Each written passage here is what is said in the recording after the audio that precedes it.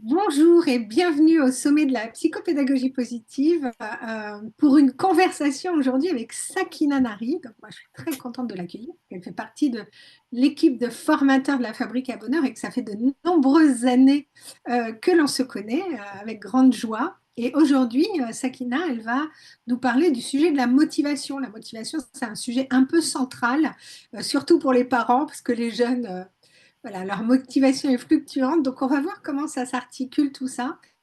Et Sakina, je vais déjà te laisser te présenter pour que ceux qui nous regardent te découvrent et sachent ce que tu fais et qui tu es. Bonjour Isabelle, alors effectivement on se connaît depuis quelques années maintenant et on a beaucoup travaillé sur ces questions-là. Alors qui je suis? Alors moi je suis un peu multicasquette, mais je vais vraiment vous parler de la casquette qui nous intéresse ici, qui est celle d'intervenants sur ces questions de motivation entre autres, et plus globalement sur les questions de pédagogie et d'apprentissage. Alors, les questions d'apprentissage et de motivation, je m'y suis intéressée assez tôt parce que, ben voilà, j'étais, dans l'animation et j'étais formatrice, BAFA. Et donc, avec une super équipe, on se disait, voilà, on a des jeunes de 17 ans, 18 ans, on veut pas que ça soit à l'école, pourtant il faut les former très vite. Et avec une super équipe, on a inventé plein de méthodes pour que ça soit vivant, que ça soit agréable et que ces jeunes apprennent d'eux-mêmes avec plaisir et puis surtout qu'ils apprennent vite, puisque 8 jours pour s'occuper d'enfants, c'est pas si simple. Donc j'ai eu cette chance d'être dans des équipes de formateurs qui étaient très ouverts à des techniques un peu innovantes. Et effectivement, ça a commencé comme ça, cette question de motivation. C'est comment je motive des jeunes de 17 ans qui sont en vacances à devenir des futurs animateurs avec des méthodes sympas. Et puis, la motivation, j'y ai aussi réfléchi pour moi-même parce que dans le cadre de mon cursus scolaire, j'ai jamais voulu être vraiment enseignante parce que je me suis dit, si jamais je me retrouve en face de gens qui me ressemblent, c'est pas drôle en fait, hein, parce que j'étais assez réticente à tout ce qu'on pouvait me proposer et j'avais envie d'apprendre par moi-même et les formes qu'on me proposait ne me convenaient pas toujours, même si j'étais une gentille petite fille et que je faisais quand même. Voilà, d'abord j'ai commencé parce que je faisais de la formation et puis un jour j'ai eu des enfants et là, quand j'ai eu des enfants, ça a changé un peu ma vie sur mes représentations sur les apprentissages parce que quand on n'a pas d'enfants, on fait avec ce qu'on a nous, avec ce que les autres peuvent apporter, mais on a des représentations sur nos enfants à nous. Quand j'aurai des enfants, ça se passera comme ça et comme ça. Et là, je suis un peu tombée de mon piédestal avec mon premier enfant. Parce que je retrouvais chez lui des façons de faire, des façons d'être que j'avais complètement oubliées, qui me ressemblaient. Et c'est d'ailleurs à ce moment-là que je t'ai rencontrée, Isabelle, puisque d'une conférence qui s'appelait Apprendre à apprendre, j'ai emmené mon fiston et pendant toute la conférence, je me dis, ah ouais, ah ouais, ah ouais, ah ouais, ok. Et effectivement, à ce moment-là, pareil, l'aventure a commencé hein, sur les questions de Ouais. psychologie, de pédagogie positive avec toi, parce que j'ai participé à une formation qui s'appelait Apprendre à apprendre avec mon fils, et je me suis dit, ouais, voilà, écoute, il y a plein de choses que je n'avais pas envisagées, il y a plein de choses qui m'ont renvoyé à ce que j'étais moi-même, et je me suis dit, oui, ouais, il va falloir prendre du recul, prendre de la hauteur. Et si je veux vraiment que mon fils puisse s'épanouir par lui-même avec ce qu'il est, avec sa façon de faire, parce que c'est surprenant un enfant. Hein, ils ont les mêmes gènes que nous, mais alors des fois on les regarde, on se dit mais c'est pas possible, il vient pas de moi. Quoi. Oui, c'est ça. Il y a Ils se sont trompés à la maternité, ils m'en c'est ont donné ça, un ouais. autre. Et en même temps, il y avait tellement de choses qui me ressemblaient et qui ne me faisaient pas forcément plaisir. Voilà. Et donc, c'est comme ça que ça a commencé l'aventure, en fait. Voilà. Donc, en même temps, en parallèle, je m'étais formée à des outils comme l'analyse transactionnelle et la PNL, qui était une approche intéressante parce que déjà, c'était une approche qui permettait d'entendre, d'écouter et de se mettre à la place d'eux. Et ça aussi, ça a été Oui. quelque chose d'aidant et c'est quelque chose aussi que, du coup, j'ai pu apporter dans mon aventure avec la Fabrique à Bonheur. Voilà. Oui, c'est ça. Et En puis, parallèle, tu t'es formé à de nombreuses approches et en parallèle de ton activité principale aussi, tu t'es formé à de nombreuses approches et c'est ce que tu as ramené, effectivement, ce que tu as ramené à la fabrique et ce que tu amènes à la fabrique sur la question de la PNL. Mais tu t'es aussi questionné sur la motivation pour une autre raison qui est que ton fils a été et toujours d'ailleurs un sportif de haut niveau et que cette question de la motivation, elle est très très présente dans le milieu du sport. Est-ce que tu peux juste nous en dire quelques mots là pour qu'ensuite on fonce sur la motivation directement? alors, ce qui est paradoxal, c'est que des fois, il n'y a pas de motivation, mais on fait quand même les choses et ça marche pas. Oui, Et il y a des fois, on a l'impression qu'on est très motivé et ça marche pas. Et c'est vraiment cette question-là que j'ai creusée aussi, parce qu'il suffit pas de dire je suis motivé pour que les choses ça s'enclenchent et que ça réussisse. oui, Parce que quelque part, la motivation, elle doit être au bénéfice d'un résultat, puisque sinon je vois pas oui, vraiment à quoi ça sert. Et quand un sportif, il prend beaucoup de temps pour s'entraîner, pour faire des sacrifices, dans le cas de certains sports, de faire des régimes, etc., oui, et qu'on sent motivé à partir, aller s'entraîner, aller à la compétition, et qu'au bout du compte, on ne sait pas pourquoi les choses n'aboutissent pas, et ben là, je me suis questionnée aussi. Je veux dire, qu'est-ce qui se passe? Parce oui. que, et c'est là où j'ai appris aussi que la motivation en tant que telle, c'était une chose, mais pour qu'elle soit utile, qu'elle soit efficace, et ben, il y avait aussi derrière beaucoup de choses à aller regarder. Voilà. Oui, un contexte. Et du coup, si tu devais donner, si on dit comme ça, qu'est-ce que c'est que la motivation? Comment tu résumes ça? Quelle définition tu peux donner de la motivation? Qu'est-ce que c'est? Certains disent la motivation, c'est de l'autonomie, de la compétence et du sens. D'autres vont dire d'autres choses. Comment tu le Ouais. définis, toi? Alors, moi, j'aime bien les analogies, donc je vais me permettre, au lieu de sortir une définition sortie de Google, je préfère peut-être donner une image. Euh, voilà, quand on veut faire quelque chose ou quand on a à faire, on a un projet, par exemple, on a bon, il y a une destination, j'ai envie de dire, quand on va à l'école, on va apprendre des choses pour en faire quelque chose. Quand on s'entraîne tous les jours pour un examen, c'est pour être les premiers, pour pouvoir passer le concours et pouvoir avoir un poste, etc. Donc, tout ce qu'on fait, toutes les démarches qu'on entreprend, j'aime bien l'analogie du bateau, en fait, le bateau à voile. Le bateau, il part d'un endroit et l'idée, c'est qu'il arrive à une destination. Et pour y arriver, il y a plein de facteurs qui sont importants. Déjà, c'est bien de connaître la destination, c'est-à-dire d'en avoir une idée, parce que si on ne la connaît pas, ben, on risque d'aller à gauche, à droite, de se perdre et de revenir, ou de ne pas partir du tout. Ça, c'est une première chose. Ouais. Donc, la destination, elle est importante. Et puis, il y a la connaissance de notre bateau. Si on ne sait pas naviguer, si on n'a pas, on n'a pas appris à naviguer correctement, à utiliser tout ce qu'on a à notre disposition sur ce bateau, les voiles,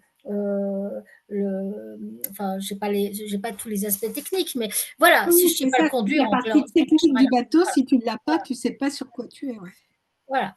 Donc, je sais le conduire, je sais où je vais, et puis après, le problème, c'est que le chemin pour y aller, il est aussi important parce que bah, des fois, il y a Wes, des fois, il m'énerve parce que il veut me faire aller plus vite, mais il me fait faire 40 000 Oui, fois le tour du monde. Donc, la oui, c'est question, vrai. c'est quel est le choix que je fais? Est-ce que c'est d'arriver le plus vite possible ou c'est de faire le moins de kilomètres possible pour que je j'use moins ma voiture? Et ben ça aussi, c'est important. C'est quel choix je vais faire parce qu'en fonction de ce choix-là, ça va prendre plus ou moins de temps, ça va être plus ou moins dans des endroits un peu compliqués, etc. Mais là, il faut que cette trajet, la façon dont on fait cette route, on puisse l'anticiper. Et puis, il y a une chose aussi qui est importante, c'est qu'il y a qui dépend de nous et qu'on va Oui, anticiper, et puis il y a tout le reste qui ne dépend pas de nous. le vent, bah, je sais pas, un accident, voilà, il y a une voile qui casse, et cetera Mmh. et ça, c'est des choses qui sont pas qui dépendent pas de nous, ce qu'on appelle, c'est des phénomènes, extérieurs, mais qu'il faut quand même anticiper parce que si on les anticipe pas, qu'est-ce qui se passe? C'est ben, notre chemin, il s'arrête et il s'arrête, au milieu et quand on est au milieu, bah, ça peut être un peu, décevant et démotivant, voilà et puis, si par exemple, on a une destination qui est très lointaine, c'est important aussi de faire des étapes pour aller se Ouais. ressourcer, pour aller chercher de quoi manger, de l'eau fraîche, potable et cetera, et donc d'avoir des, destinations, et que ta route, elle puisse se faire étape par étape pour que tu puisses déjà avoir le sentiment que tu as avancé. Parce que sinon, bah, Mmh. voilà, si quand tu es en plein milieu de mer, et que voilà, bah, et c'est pas encore, là au moins, tu t'arrêtes, tu fais un point d'étape, tu te ressources et tu repars. Voilà, la motivation, c'est tout ça. C'est avant, tout ce qu'on fait avant. C'est la destination qui donne du sens à ce qu'on fait et c'est tout ce qu'on va préparer en amont qui va nous aider à avoir la meilleure chance possible d'arriver à l'objectif. Parce que si on a moins de chances d'arriver à l'objectif, c'est un peu démotivant. Voilà. Ouais. En fait, si je résume, c'est à la fois, j'ai la connaissance de mes capacités et même de mes possibilités. Est-ce que je peux le faire? Donc, par exemple, si moi, on me demande d'aller danser le lac des Cygnes, d'entrée de jeu, j'ai pas de motivation parce que je ne suis pas en capacité physique de le faire et je n'en ai pas la compétence technique. Donc, c'est d'abord savoir quelles sont mes compétences, quel est mon potentiel et ma capacité. C'est d'avoir une bonne connaissance de mon contexte. Donc, voilà, c'est quoi les contraintes, qu'est-ce qui va aider. C'est de savoir où je dois aller parce que si je ne sais pas où je vais, ben, j'avance un peu comme ça à vue. Et puis là-dessus, c'est d'avancer pas à pas et de pouvoir ajuster, rectifier, modifier, même si je me trompe, en fonction de ce qui se passe. Moi, quand tu me racontes ça, ça me rappelle quand même voilà, certains jeunes que j'ai reçus et qui me disaient, oh là là, je vais pas y arriver sur cette épreuve du bac, je sais pas, je vais pas y arriver. Et souvent, je leur disais, mais qu'est-ce qui est attendu de toi? Et la réponse, c'est, je sais pas. Donc déjà, c'était mal barré.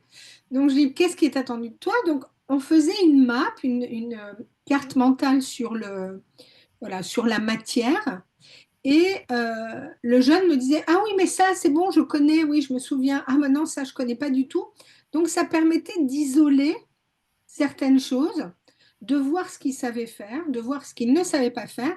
Et du coup, sa motivation, elle revenait à partir du moment où il savait ce qui était attendu de lui. Donc là, ma question, c'est qu'est-ce qui déclenche justement cette motivation? Qu'est-ce qui fait que tout d'un coup, la motivation, elle se déclenche? Ou bien, comme tu le disais juste avant, eh bien, si on ne sait pas où on va, on est découragé. Si on ne sait pas ce qui est attendu, on est découragé, etc. Mais à l'inverse, qu'est-ce qui nous permet d'être motivé? Alors, la première chose, je crois, c'est le fait que, on sache où on doit aller, voilà. Souvent, les enfants, ils nous disent: «Ouais, ça sert à rien, pourquoi on fait des maths? De toute façon, ça ne servira à rien, ça sert à rien dans la vie» et cetera et la première chose que je fais, c'est d'imaginer avec l'enfant ou le jeune, à quoi ça pourrait servir, honnêtement. Parce que c'est vrai que des fois, même nous, en tant que parents, en tant qu'enseignants, en tant qu'accompagnant, c'est difficile de répondre à cette question-là parce qu'on ne fait pas que des choses qui ont tout de suite un sens et ça veut dire qu'il faut leur trouver un sens. Donc la première étape, c'est de trouver un sens à ce qu'on fait. Heu et que ce sens-là, il vienne, contribuer à quelque chose qui est important pour nous. C'est pour ça que, quand on rencontre les jeunes et les enfants, souvent, on passe beaucoup de temps à essayer de trouver, qu'est-ce qui les motive eux? Qu'est-ce qui fait sens pour eux? Ouais. Est-ce que c'est des jeux? Est-ce que c'est une passion, etc.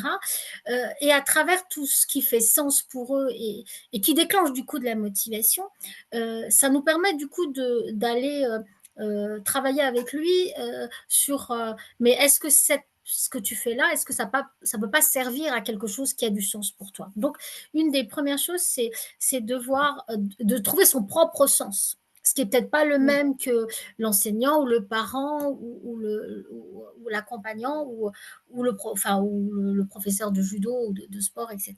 Donc ça, c'est la Oui. première chose. La deuxième chose, c'est donc du coup de se fixer le sens et du coup de se fixer par rapport à ce sens-là, de se fixer un objectif. C'est-à-dire que concrètement, on n'attend pas tous la même chose de nos enfants. Je pense que c'est important de travailler avec eux sur quelque chose qui est accessible pour eux, quelque chose qui est limité dans le temps, qui est précis et qui est à sa portée. Parce qu'un objectif qui n'est pas à sa portée, c'est un objectif qui ne s'atteindra pas et qui va démotiver du coup. Et Oui. puis une fois qu'on a déterminé avec cette personne l'objectif qu'elle pourrait atteindre et qui est atteignable et qui est précis pour lui, qu'il puisse visualiser aussi, qu'il a aussi visualisé ce que ça peut lui apporter. À un moment donné, quand j'aurai atteint cet objectif-là, qu'est-ce que ça peut m'apporter, les bénéfices. Eh ben, on va après aller regarder comment on fait cette route, ce chemin pour y Oui. arriver. Et c'est là où on va parler de capacité, de compétences, d'environnement, de comportement aussi. Et là, c'est tout le travail du psychopédagogue, c'est d'aller aider, accompagner cet enfant à trouver tout ce qu'il faut pour pouvoir faire ce chemin-là, pour atteindre son objectif. Et des fois, c'est pas grand-chose. Hein. Euh, Oui. Par exemple, je me rappelle d'un petit garçon, il devait avoir 7, 8 ans, et la maman m'avait appelée, mais désespérée, parce que son petit n'était pas en difficulté scolaire. Mais loin de là. Mais tous les soirs, tous les soirs, tous les soirs, c'était l'horreur pour le mettre pour le mettre au devoir, en fait, pour qu'il se mette à travailler. Oui. Et la maman était désespérée, elle ne se comprenait pas. C'était la bagarre avec son petit tous les soirs. Et c'était pénible pour elle, puis ça devait être sûrement pénible pour le petit. Et donc, du Oui. coup, Oui. je l'ai reçu et au bout du compte, la maman dit voilà, il n'est pas motivé. Voilà, les parents, souvent, ils viennent avec Oui, cette c'est ça, c'est phrase là, c'est là. il n'est pas motivé du tout. Hein, ou il n'est pas autonome. Alors, en fait, des fois, c'est synonyme pour le coup Ouais. chez les parents. Et, euh, et donc, je discute avec ce petit garçon et je découvre qu'en fait, effectivement, il n'a pas du tout de problème pour faire ses devoirs. Il pourrait le faire vraiment tout seul, etc. Mais quelque part, il veut pas s'y mettre. Et alors, ce qui est Mhm. intéressant avec les outils de la PNL, c'est souvent on se dit, mais quel est le bénéfice à être Oui. dans cette situation-là? Il y a sûrement Oui. un bénéfice. En PNL, on dit tout comportement a une fonction positive. Et donc, en Oui. discutant avec le petit garçon, on lui dit, le fait que tu fasses pas tes devoirs, euh, si jamais tu te mettais à faire tes devoirs, voilà, sans que personne te le dise, qu'est-ce qui se passerait? Qu'est-ce que ça changerait? Bah, ma maman, elle ne s'occuperait pas de moi parce qu'elle s'occupe de mon petit frère et de ma grande sœur, parce que ma grande sœur, elle est au lycée, elle a besoin beaucoup de parler, etc. Ok, d'accord. C'est-à-dire qu'en fait, Oui. c'est un moyen pour que maman elle s'occupe de toi et qu'elle soit à côté de toi. Elle me dit oui, parce que sinon, elle s'occupe que des autres. Voilà. Mais en fait, Oui. concrètement, c'est que ça, en fait. La démotivation, c'est pas vraiment une démotivation, c'est juste qu'on n'a pas trouvé un autre moyen d'exprimer quelque chose qui est important pour nous et on a mis en place un comportement qui n'est pas adapté, bien sûr, mais qui permet de répondre à la fonction positive. Et c'est là où nous, on intervient parce qu'on ne fait pas que donner des outils d'apprentissage. On débloque des situations qui si elles ne s'étaient pas exprimées dans nos cabinets, auraient perduré et auraient fait souffrir toute la famille, pour le coup. Oui, c'est ça, c'est en thérapie familiale, on dit ça aussi, qu'il y a le symptôme, mais derrière, il y a quelque chose qui se cache et qu'on doit aller trouver. et que si le bénéfice à rester dans cette situation est trop fort, il n'y a aucune raison que la situation change. Donc là, effectivement, cette question de motivation, elle est vraiment souvent, comme tu l'as dit, elle est souvent adressée par les parents quand ils viennent nous voir en disant il n'est pas motivé, on n'arrive pas à le motiver pour telle chose, telle chose. Par contre, pour faire des bêtises, il est bien motivé, ou pour jouer aux jeux vidéo, il est bien motivé, etc. Donc, ils se rendent bien compte, comme tu le disais, que à partir du moment où il y a quand même une question de plaisir, où ça a du sens, etc., ça s'active quand même. Et si on revient sur ce que tu disais tout à l'heure, avoir du sens, moi, je réalise quand même qu'il y a des parents qui vont dire, pour essayer de motiver leur enfant, de dire, mais si, il faut que tu bosses bien maintenant, même tout petit, hein, parce que après, tu vas avoir un bon métier. Mais quand tu es petit, même quand tu es ado, un bon métier, c'est trop loin. Mm. Ça n'a pas de sens. Ça a un sens qui est trop éloigné. Donc, il faut, comme tu le disais, retrouver du sens à plus court terme. Même si le sens de je fais de mes devoirs, c'est mes parents arrêtent de me tomber sur le paletot. Je Tout à vais être fait. tranquille, ils vont être soulagés, et après, je vais pouvoir demander à jouer tranquille et ils diront oui. Peut-être que Oui, tout d'un coup, le sens, ouais. on va le mettre autrement. Oui, le nombre de fois où des petits garçons et des petites filles découvrent que si elles font leurs devoirs sans qu'on leur prenne la tête, et là encore, on n'est pas dans les problèmes d'apprentissage, hein. Souvent, Oui, oui, on n'est oui. pas dans les problèmes d'apprentissage, et qu'en fait, le bénéfice qu'elles ont à le faire, à le déclencher, il devient bah, super, parce qu'effectivement, je peux jouer sur la console, ou je peux aller bouquiner, ou je peux aller discuter avec mes copines, etc., ou mes copains. Ils voient pas cet aspect-là. Et effectivement, Oui, il faut que ça soit que l'objectif, en tout cas l'aboutissement, elle soit oui. palpable, qu'on puisse le visualiser dans notre contexte à nous de petits enfants, avec ce qui est important pour nous à notre âge. C'est vrai que le métier, waouh, c'est déjà aujourd'hui C'est trop savoir loin, c'est trop un bon loin. Quand on métier, dit qu'est-ce que qu'il faut faire c'est, un c'est bon très loin. métier, Voilà. ouais, Ouais. et puis bon métier, j'ai pas de définition sur bon métier. Ouais. Donc effectivement, beaucoup trop loin. Donc rapprocher le sens, et puis que ce sens-là et que cet objectif-là aussi qu'il y a derrière, il puisse être palpable et qu'on ait un bénéfice à changer sa situation.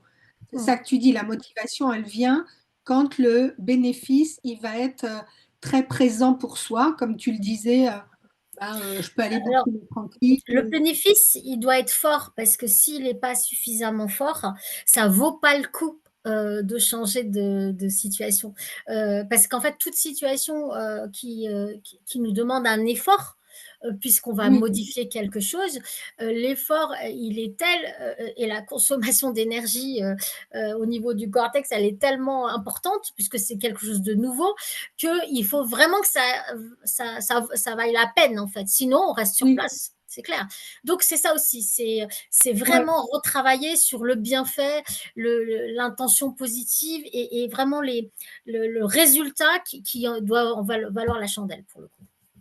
Donc, par exemple, si on prend l'exemple du petit garçon que tu donnais tout à l'heure, si on construit l'accompagnement en disant euh, que ce temps qu'il a peur de perdre ou il a peur de ne plus avoir sa mère pour lui tout seul, s'il le regagne sur on va faire une partie de cartes ensemble en fin de journée, une fois les devoirs finis, hop, on peut faire une partie de cartes avec sa mère tout seul ou une partie ou un jeu quelconque ou lire une histoire. Figure-toi, Et donc, figure-toi avoir sa mère toute seule, c'est ça qu'il voulait. Ouais, figure-toi que quand on a mis le doigt c'est lui-même qui l'a exprimé, le fait que c'était aussi un moyen d'avoir sa maman pour lui tout seul.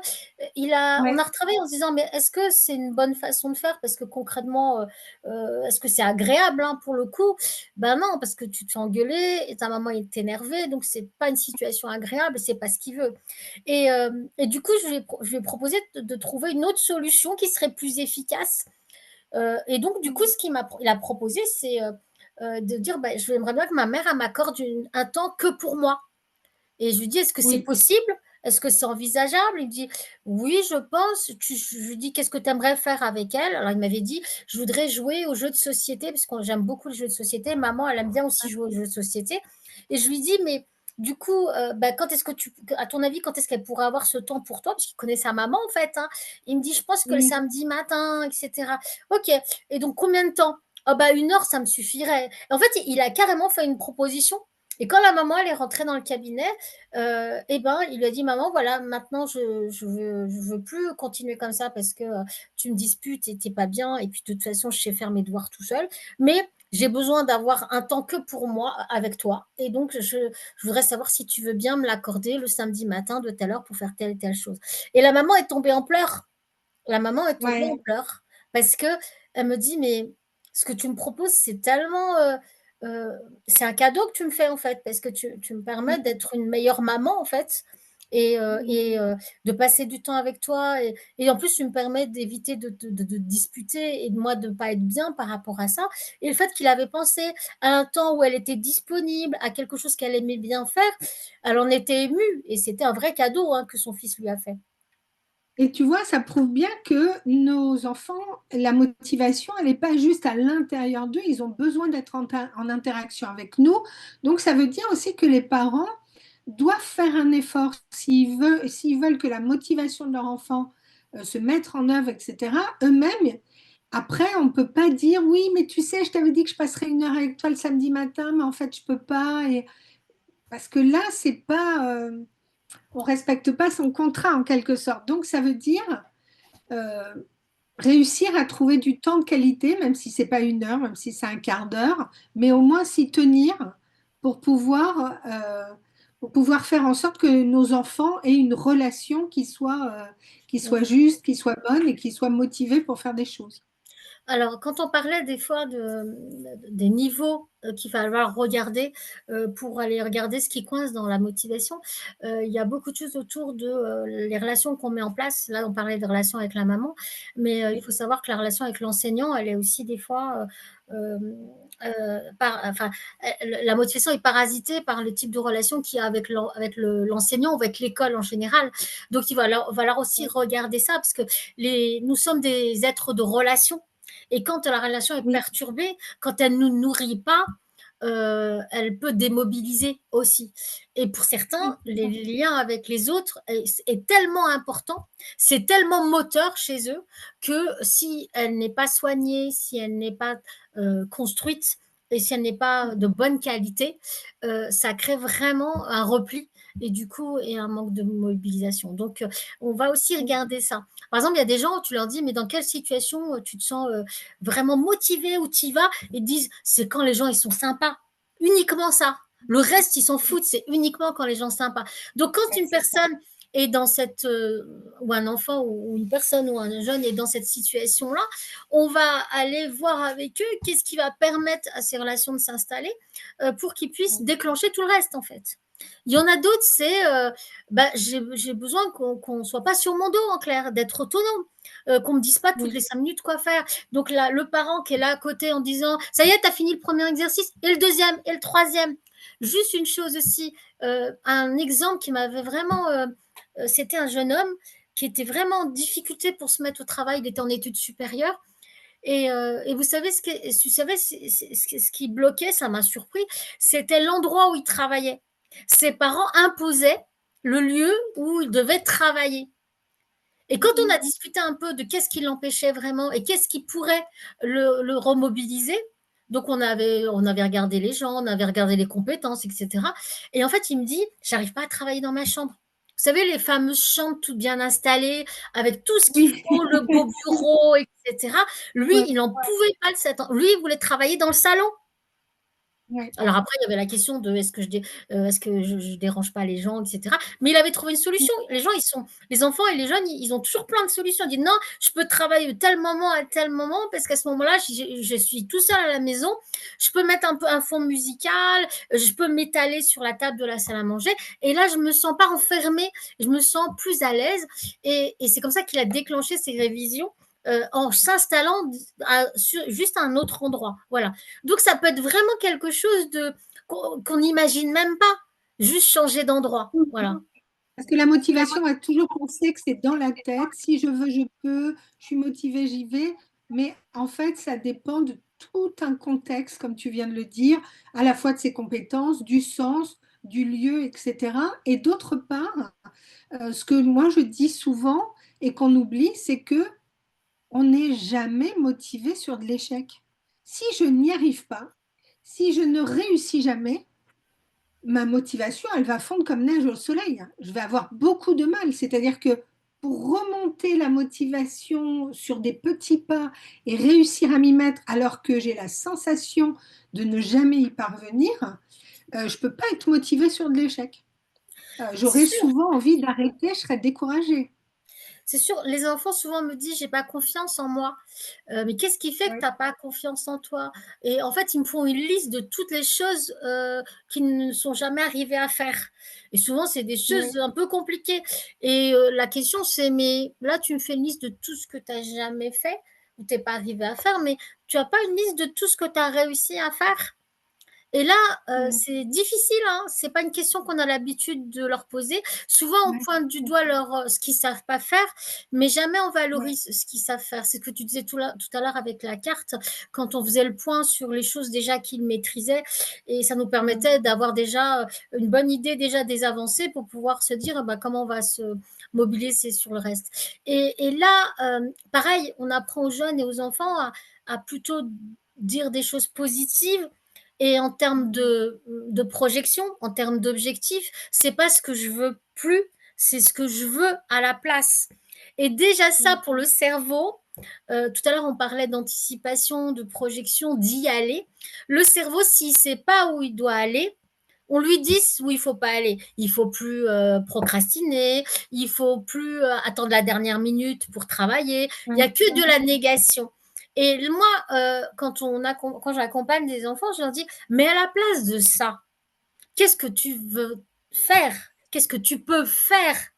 Et là, tout de suite, ça met en action aussi. Un enfant qui n'a pas confiance, un enfant qui est démobilisé, souvent c'est difficile, il voit du brouillard devant lui. Et puis il n'est ouais. pas acteur, il y a un côté de je ne peux jamais y arriver, quoi. Voilà, il n'y a rien qui peut se déclencher.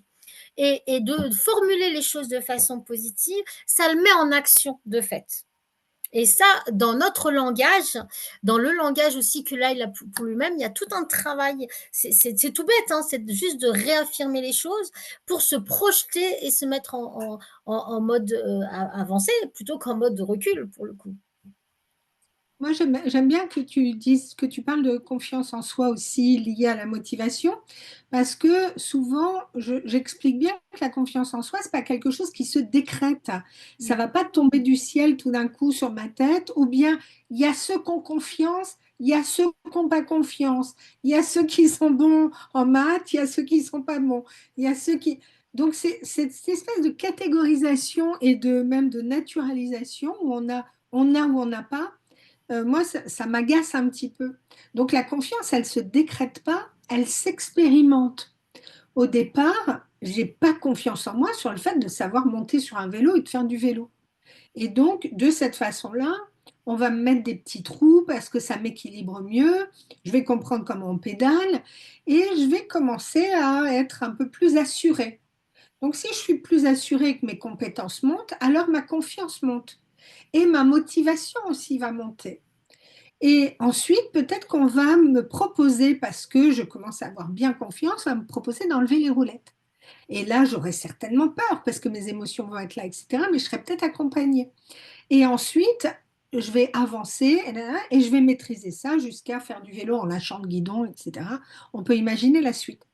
Donc la confiance, c'est quelque chose qui s'expérimente. Ce qui Mm. veut dire que nous, en tant que parents, on doit laisser de la place à nos enfants pour développer leur confiance. Pas avec des mots, mais en faisant. Si je dis, tiens, tu prends ces assiettes, tu vas mettre la table, eh bien peut-être que en tant qu'enfant, je vais avoir peur de faire tomber ou je vais casser, mais pas grave si ça arrive, je réessayerai. Et quand j'ai réussi à amener les assiettes, à rien faire tomber et à mettre la table, il y a quelque chose en moi qui grandit. Il y a une confiance en Mm. moi qui grandit. Et donc, ma motivation, elle va venir aussi de ça, de sentir, je pense, ma capacité à faire les Mm. choses. Ah, Ouais. comment tu travailles, toi? Ouais. Et en pédagogie positive, on parle souvent de l'escalier d'apprentissage ou du pas à pas. C'est vraiment ça. Souvent, moi, j'ai des jeunes que j'accompagne sur des jeunes athlètes. Souvent, ils sont découragés parce qu'ils n'arrivent pas à performer. Ils n'arrivent pas à être sur le podium, en fait. Et concrètement, la tendance aujourd'hui, c'est que tout le monde doit performer pareil. Voilà. Il faut que tout le monde ait Oui, 18, il faut que tout le monde soit champion du monde, etc. Alors que c'est pas possible, en fait. Il y en a un champion du monde, il n'y en a pas 40 000. Et, euh, et ce que je dis, c'est que ce qui est important, c'est surtout d'avancer de petit pas par petit pas et que les pas que toi tu vas faire, c'est pas les mêmes que ceux de ton camarade. Et arrêtons de se comparer. On est complètement différents. Les parents qui ont tendance à comparer leurs enfants, par exemple, c'est très difficile parce que ils vont performer, mais pas de la même façon et pas au même c'est ça. rythme. Et ça, c'est quelque chose aussi sur lesquels on discute beaucoup avec les parents. Mais on essaye toujours de déterminer des objectifs réalistes et réalisables qui permettent d'être sûr de pouvoir atteindre l'objectif et du coup de renforcer les questions de confiance parce que si l'enfant se pose, souvent c'est lui qui se pose ou les parents se posent des objectifs qui sont un peu trop éloignés de là où il est, on renforce cette situation de défaite, cette situation Oui. d'échec et du coup on développe pas, on ne construit pas cette confiance dont tu parlais. La confiance, ça se développe, Oui. ça se tisse. C'est les expériences, c'est tout ce qu'on va faire et qui va réussir. Et donc, c'est aussi nous tous, les parents, les enseignants, aller regarder toutes les occasions où la personne peut réussir. Alors, en tout cas, a plus de chances de réussir. Et avec les enseignants, c'est toujours un peu compliqué, mais les parents, on peut essayer ça aussi. Mettre son Et enfant de en pouvoir réussite. aussi mettre, ouais, et de mettre l'enfant en réussite en valorisant tout ce qui a été mis en place plutôt que simplement le résultat. Si je reviens à ce que tu disais, il y a un champion du monde et parfois, moi, j'entends les commentaires, on a eu les JO, etc., en disant, ah bah oui, il est arrivé que deuxième. Mais le gars, Ouais. il est deuxième sur X milliers de personnes qui, eux, se sont même pas qualifiés, n'ont même pas été en finale et n'ont pas réussi à être deuxième à voilà, 2 millièmes près, si on prend par exemple la natation. Donc oui, mais tu es deuxième, mais tu te rends compte, tu es parmi les champions.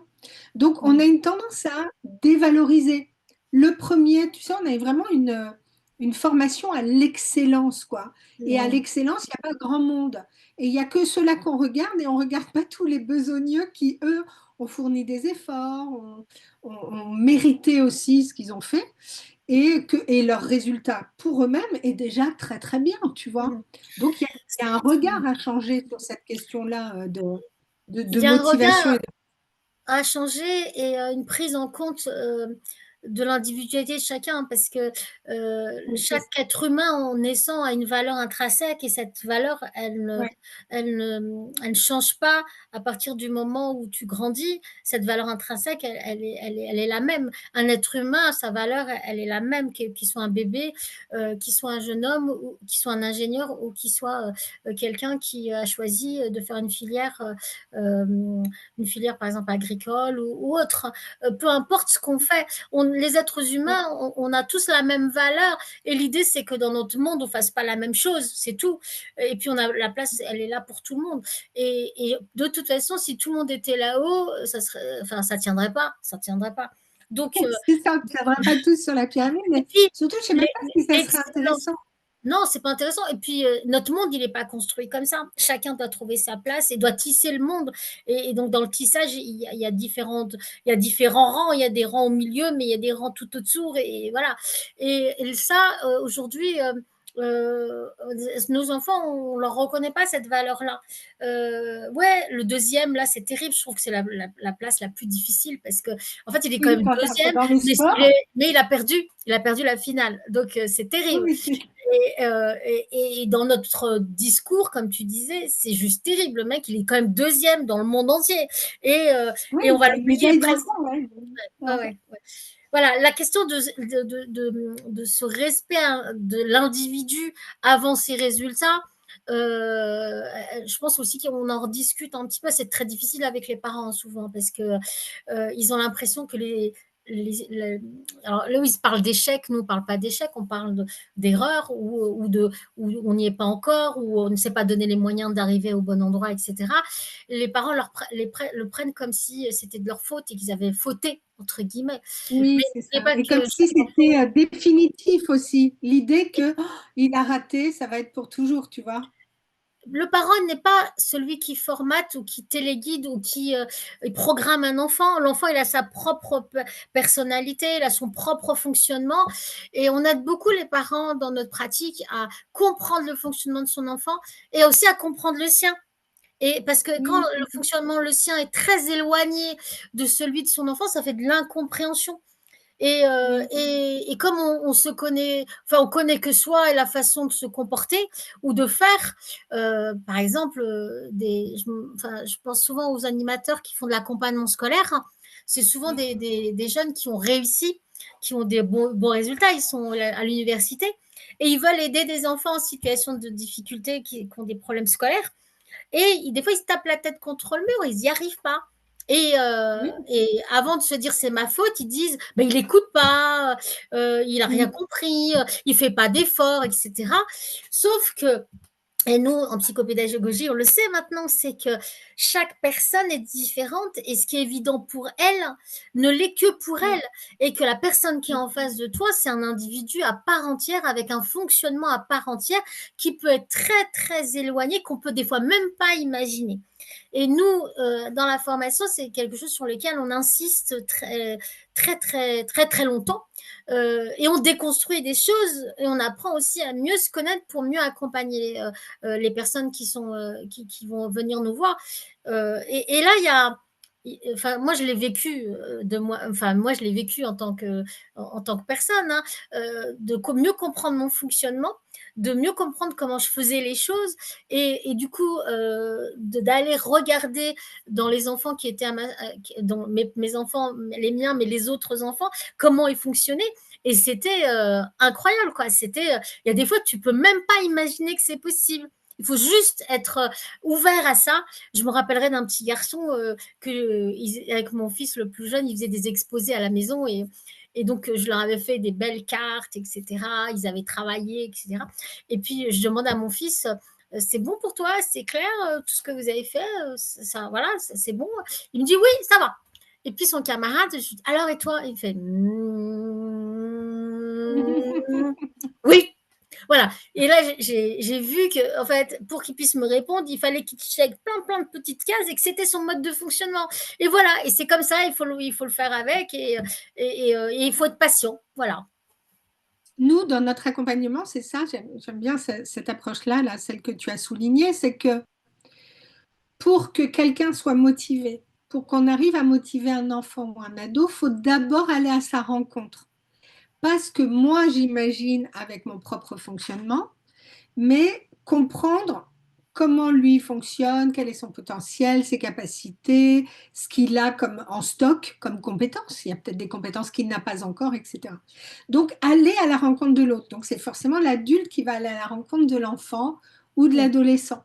Et puis, comme tu l'as dit, on accueille, et c'est ça qui fait la spécificité de la psychopédagogie positive, je l'aurais répété dans plusieurs conférences, on va accueillir aussi euh, les parents avec ce qu'ils ont, peut-être comme croyance, comme représentation, mais aussi comme peur légitime.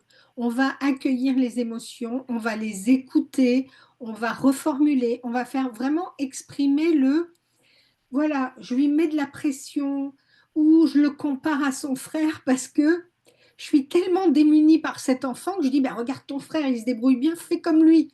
Mais sauf qu'on n'est pas pareil, tu l'as dit, on est en exemplaire unique sur Terre, donc c'est pas possible. Donc du coup, aller à la rencontre, se laisser surprendre, accepter que ça peut prendre du temps. Voilà, il y a des enfants qui vont avoir un démarrage plus lent, mais qu'une fois qu'ils seront à l'endroit où ils doivent être, dans les études supérieures, etc., leur motivation, elle va être décuplé, vraiment. On ne va pas le reconnaître. On se dit, mais c'est pas possible. Mais lui, il fallait tirer, pousser, etc. Mais finalement, déjà, quelques années auparavant, on aurait pu déclencher cette motivation si on avait suffisamment bien écouté, comme tu dis, si on avait donné du sens avec un sens un peu plus près, un objectif qui était réaliste et réalisable. Donc c'est vraiment ça auquel on doit faire attention quand on accompagne, qu'on soit parent, qu'on soit enseignant, qu'on soit accompagnant ou sur de l'aide scolaire, comme tu le disais, de pas vouloir que l'autre vienne, de le faire venir à nous, mais nous d'aller à lui pour comprendre voilà, ce qui le motive, comment il s'active, ce qui marche moins bien, de comprendre son découragement quand il y en a et ses réussites et son enthousiasme quand il y en a aussi. Et du coup, j'allais dire, quels sont, voilà, quand tu accompagnes comme ça un enfant ou un jeune sur la question de la motivation, c'est quoi les outils? On a parlé d'appuyer sur la confiance en soi, on a parlé de la relation, mais ça serait quoi l'autre outil essentiel de cet accompagnement? Alors, j'ai envie de dire que le premier, la base, c'est le questionnement. Voilà. C'est ce que tu viens de dire, c'est ce questionnement ouvert où on découvre l'autre, où on lui laisse aussi se découvrir, parce qu'à travers ce questionnement, ça lui permet aussi d'avoir des clés pour comprendre comment lui fonctionne. Et ça, c'est un vrai temps, et des fois, il suffit que de ça pour que les choses elles se débloquent. Ça, c'est une première chose. La deuxième chose, c'est de pouvoir d'identifier si on veut vraiment accompagner une personne et pour l'aider à l'identifier comment elle fonctionne. Il y a des petites choses toutes bêtes. On sait aujourd'hui qu'il y a des personnes qui appréhendent le monde de façon plus visuelle, d'autres de façon plus auditive, d'autres de façon plus kinesthésique, ont besoin de toucher, etc. Rien qu'en s'adaptant à ça, tout bêtement, poser à votre enfant cette question, de demander lui qu'est-ce qui se passe dans sa tête, qu'est-ce qui se déclenche quand on dit chocolat, et vous allez être surpris. Ça va vous donner des indicateurs sur, voilà, si dans sa tête, c'est plutôt une tablette de chocolat avec tous les détails, etc. Il la voit dans sa tête, il y a plutôt une approche visuelle. Si il se raconte, ouais, ça me fait penser au chocolat chaud que ma mère elle me faisait, etc. Là, il se parle, c'est peut-être une approche plus auditive. Et s'il sent les choses, il sent les odeurs, ça craque, il y a plus une approche kinesthésique. Ça veut dire que concrètement, pour appréhender son monde, donc pour apprendre, il a besoin d'utiliser l'approche qui lui est la plus familière. Donc, pareil, quand on va expliquer quelque chose, une règle, ou pour quand on va prendre une leçon, plus il le fera et plus on l'accompagnera avec cette approche qui est pour lui la plus importante, et plus il se sentira entendu, et plus il apprendra et il retiendra. Ça, c'est une deuxième chose. Et puis, les outils que j'utilise beaucoup, moi, c'est les outils de PNL, hein, pour le coup, hein, où là, ben, euh, sur des petites choses toutes bêtes, mais on part du principe que si tu sais faire quelque chose à un moment donné, tu as cette compétence-là. Et si tu sais le faire dans un contexte, tu peux le faire dans un autre contexte. Tu peux, cette capacité que tu as, cette compétence que tu as développée dans un contexte, eh ben, tu peux, avec des petites techniques, hein, tout bêtement, c'est si par exemple tu n'as pas confiance dans telle situation, mais qu'il y a des situations où tu as eu super confiance, eh ben, je vais utiliser la situation où je vais avoir confiance, je vais l'ancrer, ça veut dire que je vais faire une petite technique, et quand j'aurai besoin de cette confiance-là, je vais la rapporter à moi pour qu'elle s'installe en moi, pour que je puisse faire ce que j'ai à faire. Et ça, c'est des Ouais. techniques qui sont vraiment magiques quelque part, mais qui sont très efficaces et qui sont vraiment accessibles à tout le monde. Voilà. Quand on a peur parce qu'il faut répondre à... Quand on fait un examen, par exemple oral, même une récitation pour un enfant, c'est compliqué, hein. Donc, s'il y a du stress parce que on n'arrive plus à respirer, il y a des petites techniques, ce qu'on appelle l'ancrage.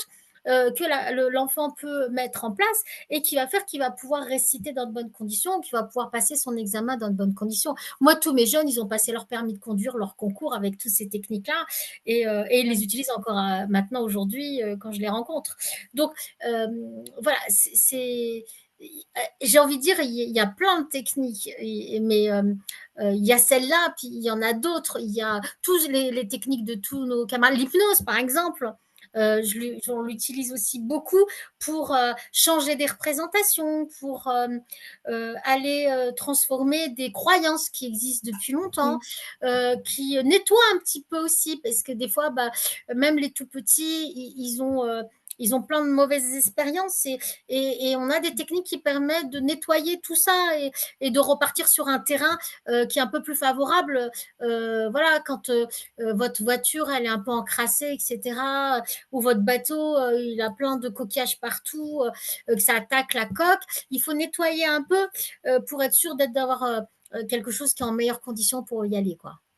Et je précise que nous, on a une approche qui est en hypnose symbolique, qui n'est pas une hypnoseéricksonienne où c'est celui qui accompagne qui va avoir la main sur le patient, mais au Mm. contraire, c'est aussi une approche très très douce où c'est l'enfant lui-même qui va changer ses représentations. On va juste être en accompagnement, en questionnement, et c'est ça qui est vraiment Mm. chouette parce que effectivement, on fait changer sa perception. Je reviens aussi sur ce que tu as dit parce que j'ai un exemple qui m'est revenu en tête là d'il y a assez longtemps sur comment utiliser ses préférences pour pouvoir maîtriser quelque chose. Et je me souviens d'une jeune fille que j'avais accompagnée et qui devait apprendre tous les pays de l'Union européenne et la capitale. Et pour moi, c'était ultra facile parce qu'il me suffisait de regarder, de photographier dans ma tête et bing, bing, bing, tout était là. Mais elle, ça ne rentrait pas du tout. Elle me dit, j'ai essayé ça, j'ai essayé ça, j'ai essayé ça. Et puis en discutant et en la questionnant, on s'est rendu compte qu'elle avait besoin de se balader. Donc, on avait cette carte et elle disait, bah, je pars de Paris. Et puis, elle était très verbale, donc elle aimait les rimes, elle aimait les chansons. Donc, je pars de Paris où je mange du riz.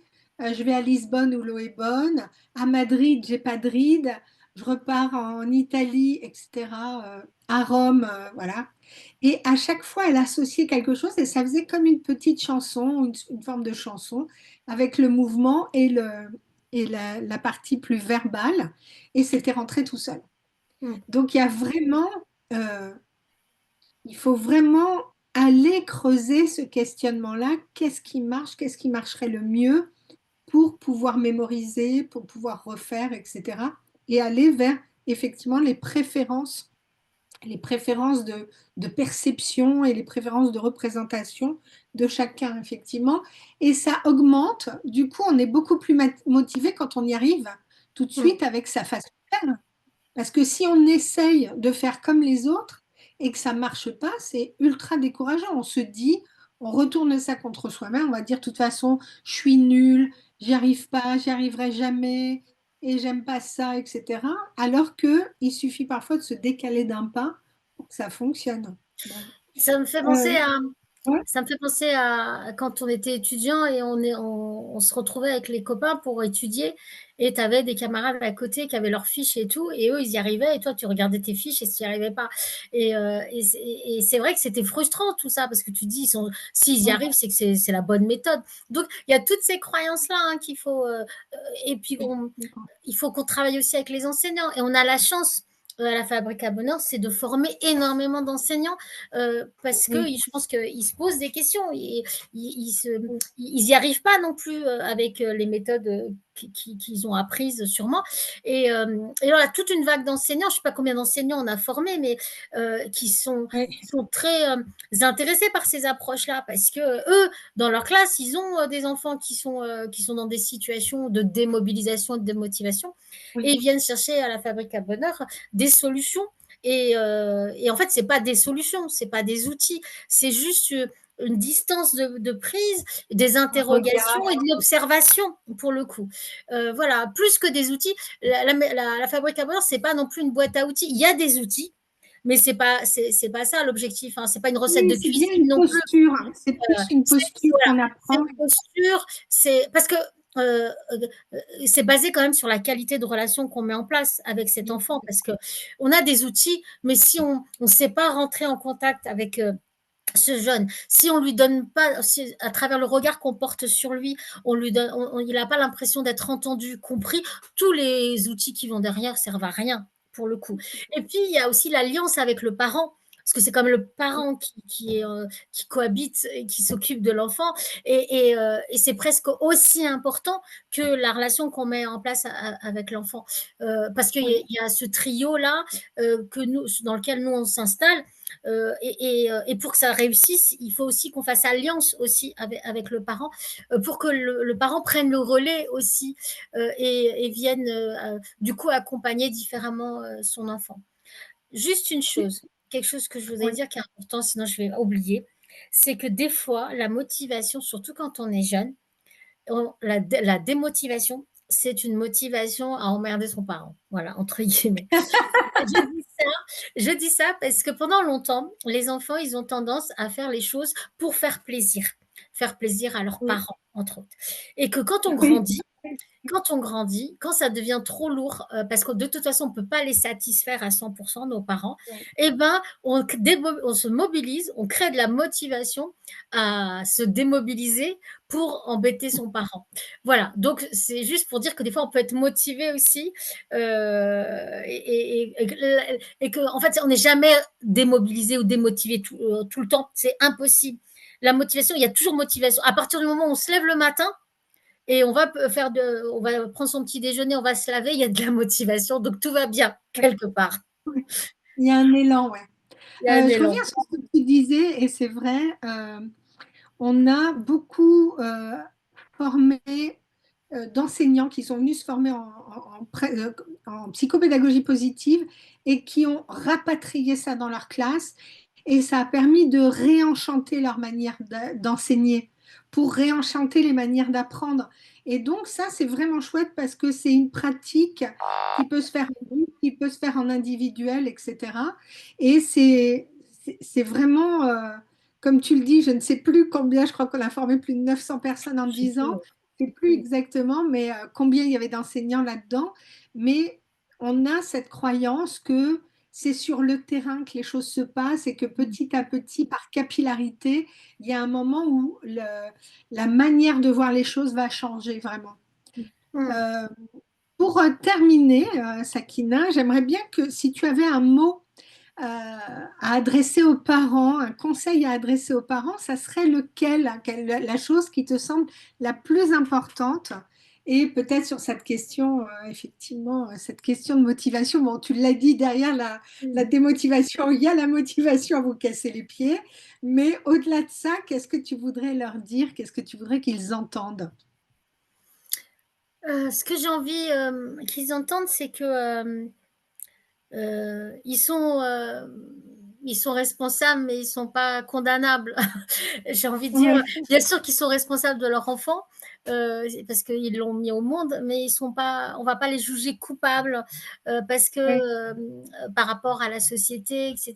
Il n'arrive pas comme, enfin, il n'a pas fait Polytechnique, il n'a pas fait ci, il n'a pas fait ça. Donc, moi, ce que j'ai envie de leur dire, c'est euh, soyez indulgents avec vous-même parce que ça va vous permettre d'être indulgent avec votre enfant et juste écoutez-le, observez-le et dites-vous juste une chose, ce qui est évident pour vous ne l'est pas pour lui et que lui, ce qui est évident pour lui ne l'est pas pour vous.